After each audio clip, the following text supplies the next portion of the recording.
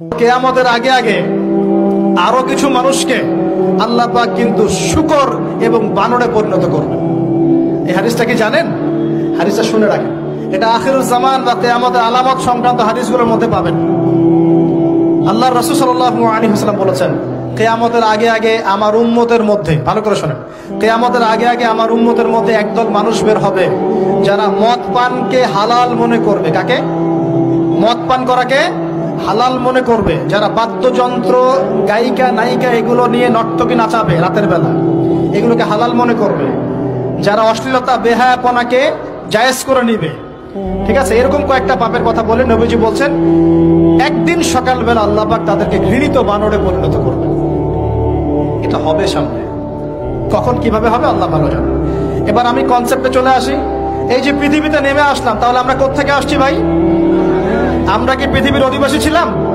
আমরা জান্নাতে ছিলাম, ওখান থেকে আল্লাহ পাক পাঠিয়েছেন। এবার পৃথিবীতে এসে আদম আলাইহিস সালামের যুগে খুব একটা দুর্ঘটনা ঘটে নাই, একটা ঘটেছে। কয়টা? একটা।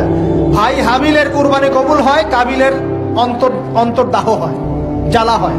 কেন হাবিলেরটা কবুল হবে, কাবিলের কেন হচ্ছে না? এই হিংসার বশবর্তী হয়ে কাবিল হাবিলকে হত্যা করে ফেলে। হত্যা করে লাশটা দাফন করার পদ্ধতিও তার জানা ছিল না। আল্লাহ কাককে পাঠালেন, কাককে দেখে সে শিখল।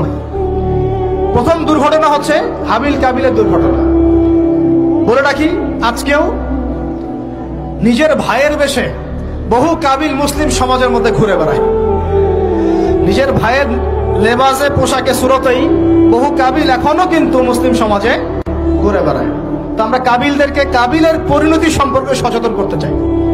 হাবিল বলেছিল, তুমি যদি আমাকে মারতে আসো, আমি তোমাকে মারার জন্য হাত বাড়াবো না। হাবিল জান্নাতে যাবে আর কাবিল জাহান্নামে যাবে। কেন কাবিল জাহান্নামে যাবে? নবীজি বলেছেন, পৃথিবীর প্রথম হত্যাকাণ্ড সংগঠিত করেছে কাবিল। এ কারণে পৃথিবীতে যত খুন হবে, সমস্ত খুনের পাপের একটা অংশ কাবিলের আমলনামায় যোগ করা হবে। বলেন নাউজুবিল্লাহ। একটা কথা মনে রাখবেন, সদকায়ে জারিয়া যেমন আছে, গুনাহে জারিয়াও আছে। একটা মদের দোকান দিয়েছেন, যত মানুষ মদ খাচ্ছে, সমস্ত গুনার একটা অংশ আপনার কাঁধে আসছে। সিনেমা হল করেছেন, মানুষ সারাদিন নেকড়া ছবি দেখে, নগ্ন ছবি দেখে, যত মানুষ এখানে পাপ করবে, সমস্ত পাপের একটা অংশ আপনার কাঁধে যাবে। আবার একটা মাদ্রাসা করেছেন, যত মানুষ এখানে দ্বীনি ইলম শিখবে, এই নেকির একটা অংশ আপনি পাবেন ইনশাআল্লাহ। মরে গেলেও কবরে পাবেন ইনশাআল্লাহ। আল্লাহ পাক আমাদের সবাইকে সদকায়ে জারিয়া করার তৌফিক দেন, গুনাহে জারিয়া থেকে বাঁচিয়ে রাখুন। খুব খেয়াল রাখবেন, আল্লাহ পাক আমাদের হেফাজত করুন বলি আমিন। এবার ওই যুগ শেষ, নূহ আলাইহিস সালামের যুগ। এই যুগে আল্লাহর একই সুন্নাত।